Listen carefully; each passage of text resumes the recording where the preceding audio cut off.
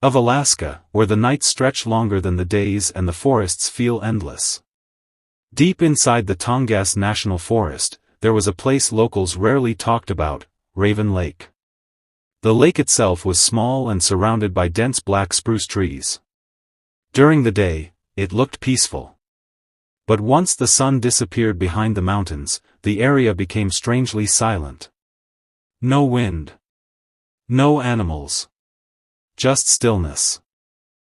For decades, residents in nearby villages claimed something strange happened around the lake after midnight. But no one had proof. Until one night in 2019. And everything changed. The curious podcaster. Ethan Cole was a 29-year-old investigative podcaster from Seattle. His podcast, Midnight Frequency, focused on unexplained stories across the United States. Ethan had built a loyal audience because he didn't just tell stories. He went to the places where they happened. When Ethan heard rumors about Raven Lake, he became fascinated. Locals claimed that on certain nights, people could hear a radio broadcast coming from the middle of the lake. Not music. Not news. Just a man's voice repeating strange phrases. Some said it sounded like a warning. Others believed it was a message meant for someone who never returned. No one knew the source. And Ethan wanted answers. The Forgotten Station. While researching the story, Ethan discovered something strange in an old newspaper archive from 1974. A short article mentioned a small experimental radio station that once operated near Raven Lake. The station was called KRAV-13. It had been built by a private communications company testing long-distance emergency broadcast systems. But after only 8 months of operation, the station abruptly shut down. The official explanation was equipment failure. But there was one disturbing detail. The article also mentioned that the station's lead engineer disappeared the night before the shutdown. His name was Daniel Mercer. His body was never found. The trip to Raven Lake. Ethan arrived in Alaska with his cameraman, Marcus Rivera. The two drove nearly 5 hours from Juneau through winding forest roads before reaching a dirt trail that led toward the lake. By the time they set up camp, the sky was already turning dark. The forest around them felt heavier than usual. Even Marcus noticed it. "Do you hear that?" Marcus asked. Ethan looked around. "What?" Marcus frowned. "Exactly. Nothing." The forest was completely silent. No birds. No insects. Nothing. Ethan laughed nervously. Probably just the cold. But Marcus didn't look convinced. The first signal. At exactly 12:17 a.m., Ethan's portable radio scanner suddenly came alive. Static crackled through the speaker.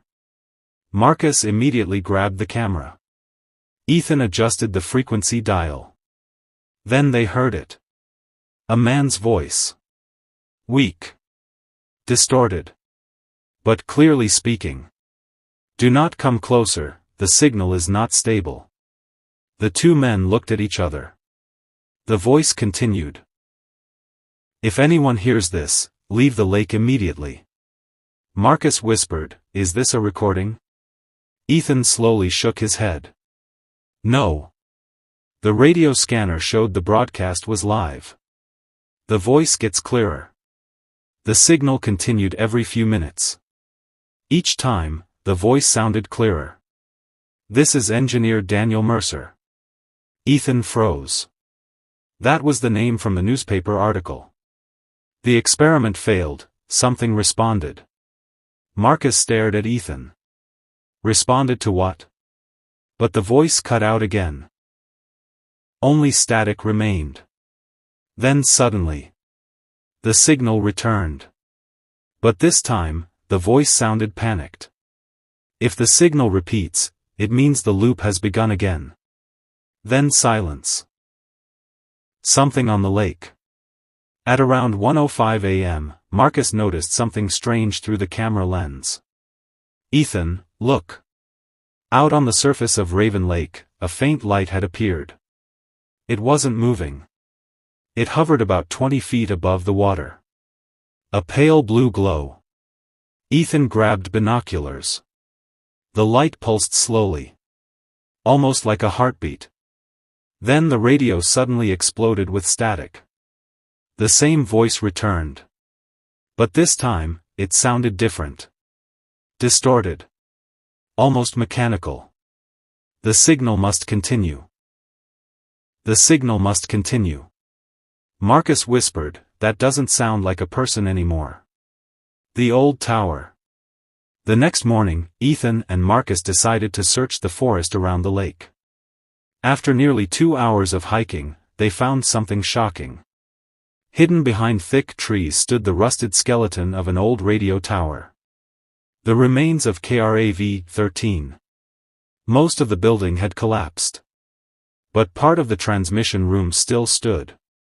Inside, dusty equipment covered the floor. Marcus turned on his camera. Alright, this is definitely creepy. Ethan walked toward an old broadcasting console. Then he saw something that made his stomach drop. One of the monitors was still on. A blinking green light pulsed slowly. Impossible. This equipment hadn't been used in decades. Yet something was still running. The recording. Ethan searched through the old system and discovered a storage drive connected to the equipment. Inside were dozens of audio recordings. All dated October 21, 1974. The night Daniel Mercer disappeared. Ethan played the final recording. At first, Mercer's voice sounded calm. This is engineer Daniel Mercer, logging final test of deep-frequency signal transmission. But then his tone changed.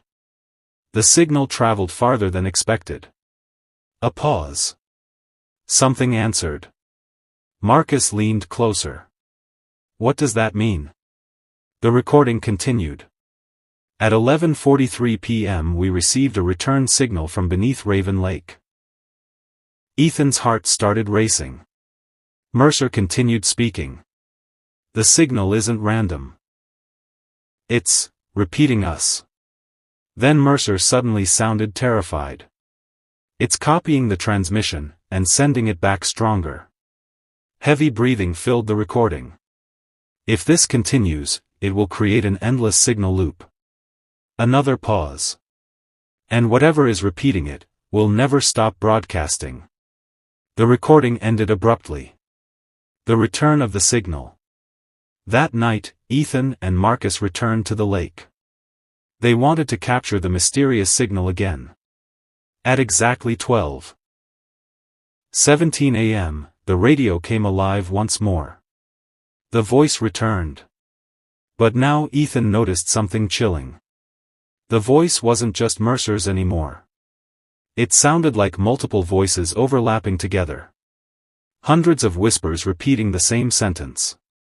The signal must continue. The blue light appeared above the lake again. But this time, it moved.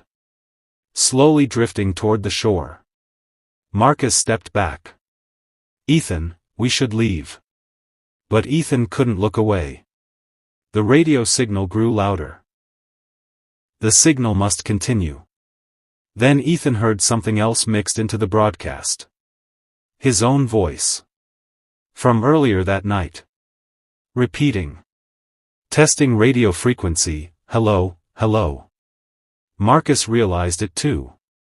It's copying us. The signal wasn't just repeating Mercer. It was repeating every sound it received. Growing stronger each time. The terrifying realization. Ethan suddenly understood what Mercer meant. The deep-frequency experiment had sent a signal into the lake. Something beneath the water had responded. But it wasn't human. It was simply repeating signals. Copying them. Amplifying them. Creating an endless feedback loop. For over 45 years. The signal had been growing stronger. And now it was learning. The radio crackled again. Ethan. Ethan. Ethan. Marcus grabbed Ethan's arm. That thing knows your name. The escape. The blue light suddenly shot upward into the sky. The radio signal screamed with static. Then the overlapping voices began repeating a new phrase. Do not leave. Marcus didn't wait. Run. The two men sprinted through the forest toward their truck. Behind them, the radio signal grew louder. Even without the scanner.